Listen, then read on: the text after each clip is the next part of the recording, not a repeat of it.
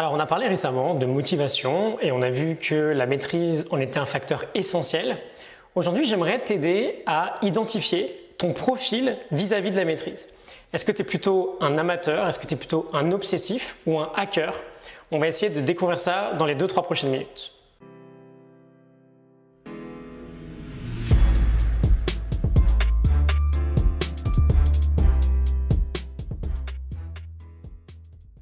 Ok, alors je t'explique l'idée. Tu veux te développer dans une nouvelle discipline, que ce soit une compétence particulière ou un instrument de musique ou un nouveau sport, peu importe. Et donc en général, comment ça se passe? Est-ce que tu es plutôt quelqu'un de touche à tout, qui progresse très vite mais qui laisse tomber dès que ça devient trop difficile? Genre tu as un niveau correct, c'est pas exceptionnel mais c'est correct.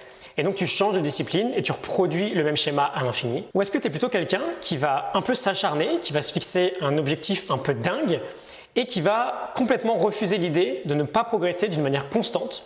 Donc en fait, dès que tu vas stagner, et on verra que ça va forcément arriver, tu vas craquer et tu vas finir par abandonner.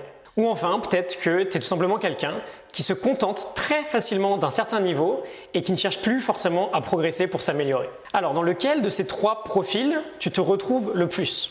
Moi, je pense que je me situerais un peu entre le premier et le troisième.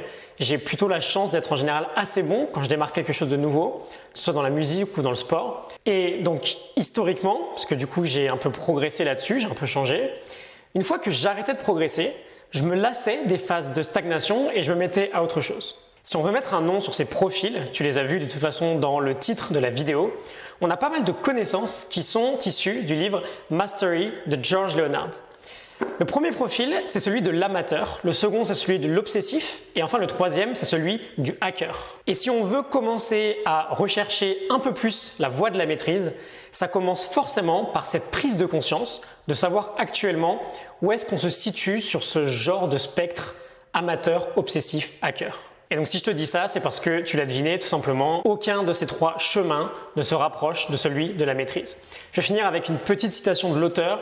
Maîtrise n'est pas synonyme de perfection, c'est un processus, c'est un voyage. Le maître est celui qui reste sur son chemin jour après jour, année après année. C'est celui qui est capable d'essayer, d'échouer et de réessayer indéfiniment tout au long de sa vie. Je te mets le lien de la morning note du livre Mastery dans la description. Abonne-toi si ça t'a plu, je fais ce type de vidéo chaque matin.